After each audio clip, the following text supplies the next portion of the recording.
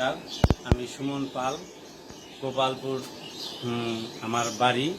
আমার মা ক্যান্সারের রোগী ছিল, ব্রেস্ট ক্যান্সারের। কিন্তু আমি বিভিন্ন জায়গায় পরীক্ষা করার পরে মাকে ভালো করতে পারি নাই। তখন আমি ফেসবুকের মাধ্যমে জাকির মিয়ার ওষুধের সন্ধানটা পাই। তখন আমি জাকির ভাইয়ের ওষুধটা আমি অনলাইনের মাধ্যমে এনে আমার মাকে খাওয়িয়ে এখন মনে করেন যে আমার মা ওই ওষুধ খাওয়ার পরে পুরোপুরি সুস্থ হয়েছে। বিসমিল্লাহির রহমানির রহিম। আমরা এখন বসে আছি জাকির ভাইয়ের সাথে। আপনারা হয়তো বা অনেকে জাকির ভাইকে চিনেন। আসসালামু আলাইকুম। ওয়ালাইকুম আসসালাম রাহমাতুল্লাহি ওয়া বারাকাতুহু। কেমন আছেন আপনি? ইনশাআল্লাহ আল্লাহর রহমত ভালো আছি। আমরা জানি যে আপনি একটা ওষুধ আবিষ্কার করেছেন, যেটা এখন পর্যন্ত কেউ আবিষ্কার করতে পারেনি। সেই ক্যান্সারের যে ওষুধ, সেটা আপনি আবিষ্কার করেছেন এবং আমরা এর সত্যতাও দেখেছি এবং আপনি এই ওষুধটা অনেক মানুষকে দিয়েছেন এবং তারা অনেকেই সুস্থ হয়েছে। এই বিষয়ে আপনার সাথে কিছু কথা বলতে চাচ্ছি, যদি আপনি কিছু কথা বলতেন আমাদেরকে। জি বলুন। এটা হচ্ছে ক্যান্সার, আপনার ওয়ান লেভেলে যারা ক্যান্সার থাকে, আমার যে আবিষ্কারগুলো এটা শতকরা 90টা আল্লাহর রহমতে ইনশাল্লাহ সারবে। আর যেগুলো ফোর স্টেজ বাতিল করে দিয়েছে এগুলো শতকরা 70টা সারানো ইনশাল্লাহ সম্ভব। কারণ মানুষ তো সারায় না, সারাতে আল্লাহ পাক মানুষও ছিল। আচ্ছা, তার আগে আমি আপনাদেরকে একটা কথা বলতে চাই, যারা আমার এই ভিডিওটা দেখছেন। জাকির ভাইয়ের বাসা হচ্ছে ঝিনাইদহ জেলার কোটচাঁদপুর থানা 3 নং পুষনা ইউনিয়নের তালাশার নামক ছোট্ট একটা গ্রামে। তিনি এখান থেকেই এই ওষুধটা আবিষ্কার করেছেন এবং এই ওষুধটা বাংলাদেশের প্রায় 64 জেলাতেই তিনি দিয়েছেন। আচ্ছা, বলছি যে বাংলাদেশের 64 জেলায় আপনি টোটাল কতজনকে এই ক্যান্সারের ওষুধটা দিয়েছেন আর কি? আমি এ পর্যন্ত তাও 50-এর উপর ওষুধ দেওয়া হয়েছে। তার ভিতরে আমার হাতে কয়েকটা রিপোর্ট আসছে, আর বেশ কিছু আসেনি। তারা রিপোর্ট করবে না, না করার কারণ বড় রোগটা সেরে গেছে, সাধারণ নতুন ধরা পড়ছে, এগুলো তারা আর করবে না। আর তারপরেও অনেকে করে, সেগুলো আমার কাছে আছে কয়েকটা রিপোর্ট।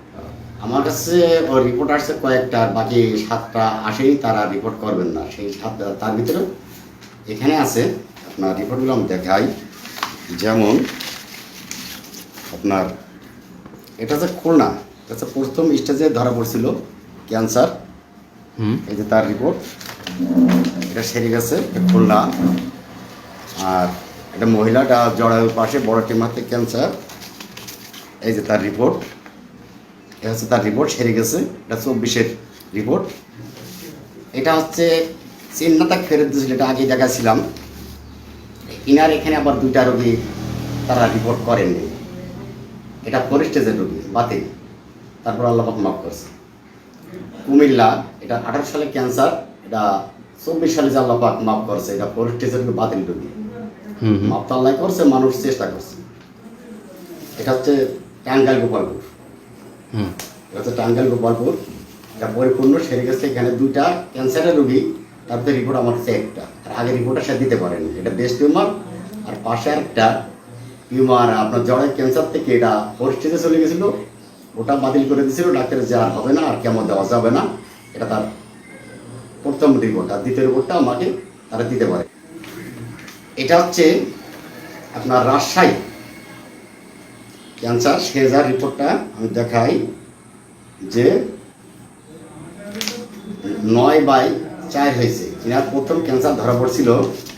এই যে তার রিপোর্ট, 147/7।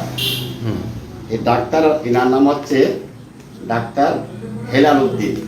তিনি আমাকে বলছিল যে ক্যান্সার কখনো কেমন সারে না। আমি বলছিলাম কেন সারে না? তিনি বলছে আমার শ্বশুরের ফার্স্টে ক্যান্সার ধরা পড়ে মাত্র 2, যা 24 হলে সারবে, 26 ধরা পড়ে। তারপর থেকে আপনার ক্যান্সারটা হয়ে গেছে 147/7। ওষুধ দেওয়ার পরে সেরে গেছে। তিনি আমাকে বলছে পৃথিবীর বুকে কেমন সেরে গেছে এমন কোনো নজির নাই। তখন তো আমি বুঝলাম যে আমি যে টাঙ্গাইল গোপালপুর ওষুধ দিছি, তারপর খুলনায় দিছি, এগুলো তো বাতিল, ফোর স্টেজে রোগী। আপনার হেলাল উদ্দিন রাজশাহী থেকে, যে কেমন সারে না, আপনারটা পরিপূর্ণ সেরে গেছে। তারপর মানুষ ওটা আপনাকে দিলাম আমি।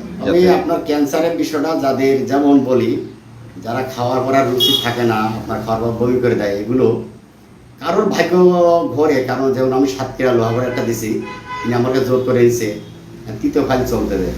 আর হচ্ছে যখনই খাই রুচি খেতেও বমি করে দিতে, সে আমাকে জোর করে নিচ্ছে। নেওয়ার পরে এখন ঘুরে গেছে, এখন রুগী পরিপূর্ণ সুস্থ, এখন সামনে রিপোর্টের অপেক্ষা আছে। এর আগে দেখেছি যে একটা বাচ্চা পুড়ে গেছিল, সে কি ভয়ঙ্কর অবস্থা, ডাক্তার যেখান থেকে মানে বাদ দিয়ে দিয়েছিল সেখান থেকে আপনি শুরু করেছিলেন এবং তার ট্রিটমেন্ট করে সুস্থ করছিলেন, এ বিষয়ে আমরা জানি, অবগত আছি। এখন মূলত কথা হচ্ছে যে পোড়াঘাট যে বিষয়টা, যে পোড়াঘায়ের যে পোকা হয়ে যায় এক পর্যায়ে, যে মাংসের যে পোকা হয়ে যায়, সেই রোগীকে তো আপনি ট্রিটমেন্ট করতে পারেন। আমাদের যে পোড়াঘাট বিষয়টা আপনি বলছেন, পোড়াঘাট যে বাচ্চারা পুড়ে গেছিল, এটা তো 70% পুড়ে গেছে, ওটা তো আপনার পাশেই আপনি হ্যাঁ, আমি দেখছেন। দেখছি ওইটা, আমি দেখছি যে তার যে 70% পুড়ে গেছে, খুলনা থেকে ফেরত দিয়েছে, তার শ্বাসকষ্ট ছিল, তারপর ঠান্ডা নিউমোনিয়া ছিল, হার্টের সমস্যা ছিল, ওই চিকিৎসা তো পরিপূর্ণ সুস্থ চলেছে, ওটা তো আপনার কাছে আছে। আর আপনার হইলো যে শ্বাসকষ্টে যে ওষুধ করা দিচ্ছি, এগুলো শতকরা 90টা আল্লাহর রহমত ছাড়া, আল্লাহর রহমত ছাড়ে আর কি। কারণ মানুষ তো রোগ সারায় আল্লাহ, মানুষ শুধু একটু চেষ্টা করে। আর যে আলসারের বিষয়টা, এটা শতকরা আল্লাহর মতো 100টায় ছাড়ে। আর পোড়াঘাট রোগ এগুলো আল্লাহর মতে এত গুরুত্ব সারে, একটা ডাক্তার যদি বলে এটা 3 মাস লাগবে সারতে, আমাদের কাছে সময় 1 মাস, তারপরে 2 মাস সময় লাগবে এটা দাগটা হারিয়ে যেতে, মানে দাগ বোঝা যাবে না কোথায় পড়ছে, এটাই সত্য। এই ভিডিওটা করার আমার মূল উদ্দেশ্য হচ্ছে যে যারা এখন ভয়ঙ্কর এই রোগে ভুগছেন, তারা যদি জাকির ভাইয়ের সাথে যোগাযোগ করেন এবং যদি এখান থেকে তারা কোনো উপকার পায়, যদিও এটা বিশ্বাস করতে মানুষের কষ্ট হবে, তারপরও আমি বলবো যে জাকির ভাইয়ের সাথে যেন যোগাযোগ করে। কারণ অনেক প্রমাণ এখানে আছে, তিনি যে প্রমাণগুলো দেখাচ্ছে এগুলো সব রিপোর্ট, আর এই রিপোর্ট একটা মিথ্যা না। এই রিপোর্ট দেখে ডাক্তার অবাক যে এই ক্যান্সার তো সারে না, কিন্তু এই ক্যান্সারগুলো কীভাবে সারলো। এখন মূলত বিষয় হচ্ছে যে জাকির ভাই, আপনি বলেন যে ডাক্তার যদি একটা রুগীকে বাদ দিয়ে দেয় যে এই রুগীটা আর বাঁচবে না, সেই ক্ষেত্রে আপনার কী করণীয়?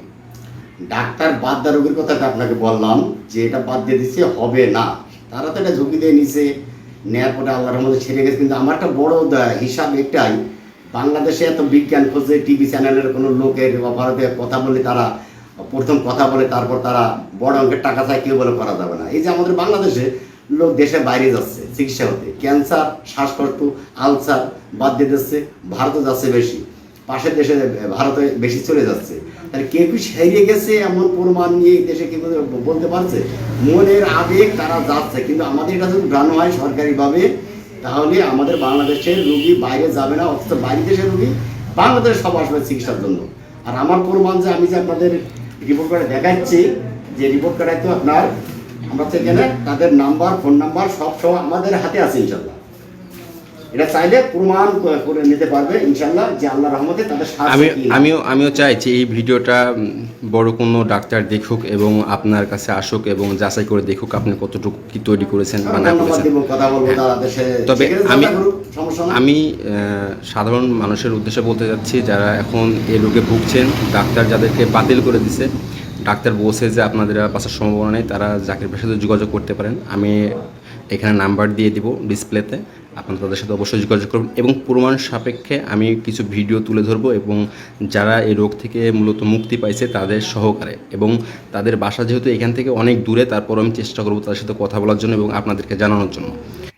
আমার বাড়ি টাঙ্গাইল গোপালপুর। আমি অনেক ওষুধ খাইছি, আমার ক্যান্সার সারে নেই। আমি জাকির ভাইয়ের ওষুধ খেয়ে আমার ক্যান্সার সারে গেছি। এই যে তার রিপোর্ট একটা, এই যে তার প্রমাণ, এই যে ইনশাল্লাহ। ঢাকা ল্যাবিড হসপিটালে ডাক্তার দেখাইছি, তার ওই ওষুধ বাদ দিয়ে তারপর কবিরাজের ওষুধ খাওয়ে আমার মাকে সুস্থ করে তুলছি। এখন মা আমার ভালো আছে। এই রিপোর্টগুলো হলো